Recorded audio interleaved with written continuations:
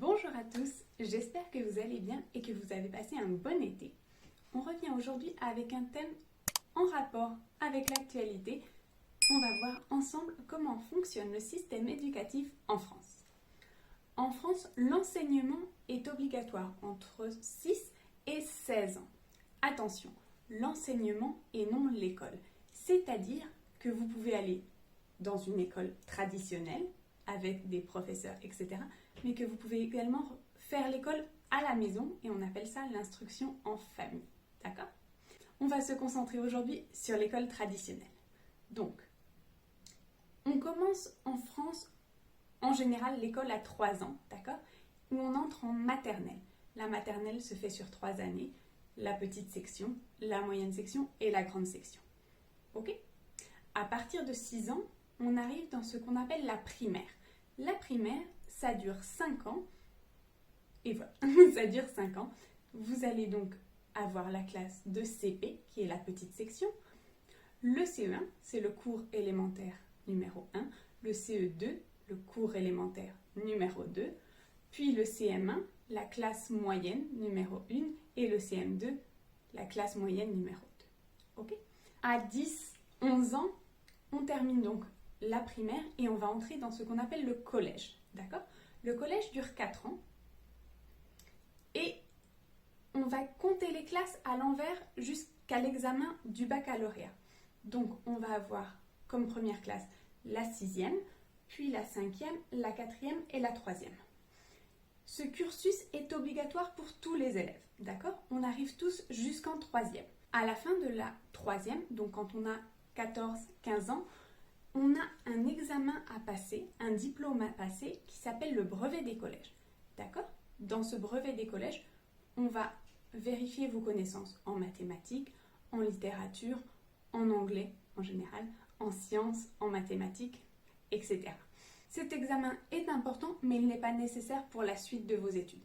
C'est-à-dire que si vous échouez et que vous n'obtenez pas le brevet des collèges, vous pouvez tout de même passer dans la classe suivante. Après la 3e, donc après le collège, on va aller au lycée. D'accord ? Le lycée se fait en 3 ans. Vous avez d'abord la classe de seconde, qui peut être générale ou technologique. Et ensuite, vous aurez la première et la terminale. À mon époque, fort lointaine, on devait choisir une filière quand on était en première. Donc la filière littéraire, la filière scientifique ou la filière économique et sociale. Maintenant, depuis 2 ou 3 ans, je crois, vous devez choisir simplement des matières de préférence. C'est-à-dire que vous pouvez allier la philosophie et la physique, la chimie et la littérature française. C'est un petit peu différent. Et à la fin de ces 2 années, vous passez un examen sur une semaine qui s'appelle le baccalauréat. Le baccalauréat qu'on appelle traditionnellement le bac, tout simplement. Et qui est donc un mélange d'épreuves écrites et orales.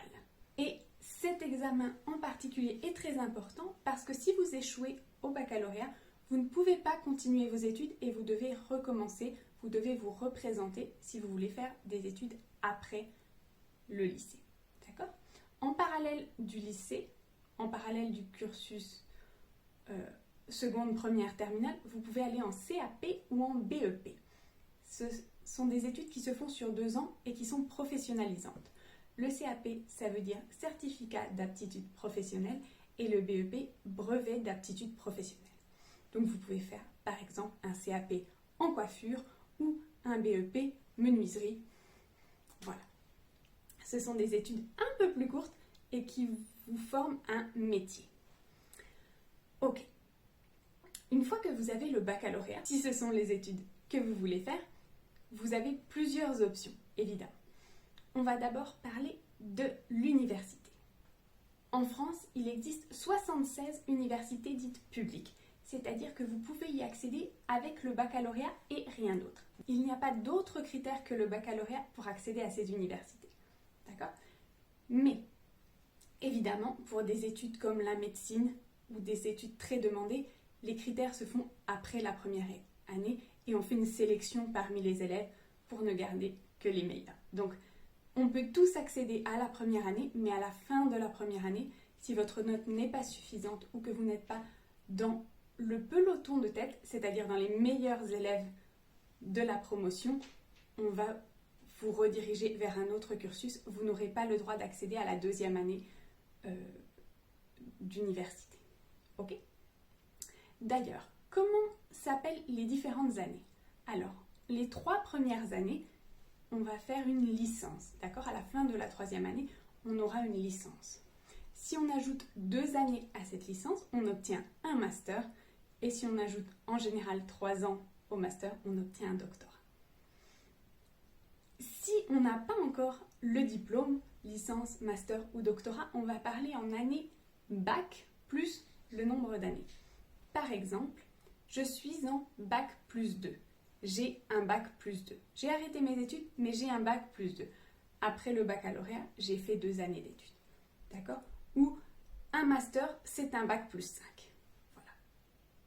En parallèle de l'université, vous pouvez accéder à des écoles privées ou semi-privées, donc qui vous acceptent selon votre dossier. Votre dossier, c'est les notes que vous avez obtenues durant toutes vos études et les commentaires de vos professeurs antérieurs. D'accord ?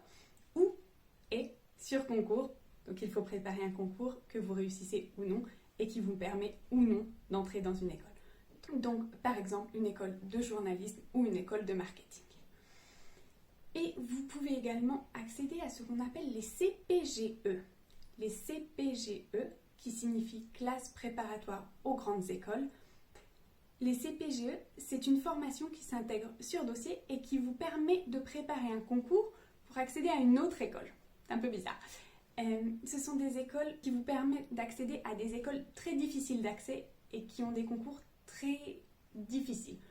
Donc des écoles très prisées et très difficiles d'accès comme l'école des mines, l'école polytechnique ou l'école normale supérieure. D'accord ? Donc, en 2 années, vous allez vous préparer et apprendre des choses très spécifiques pour ces concours. Ok ?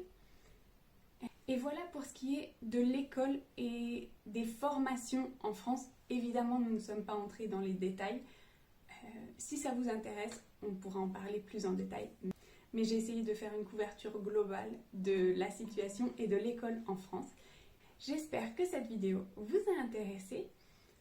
Je vous souhaite une très bonne rentrée des classes ou une très bonne rentrée au travail. Un très bon week-end et puis on se voit samedi prochain sur Let's French. Ciao!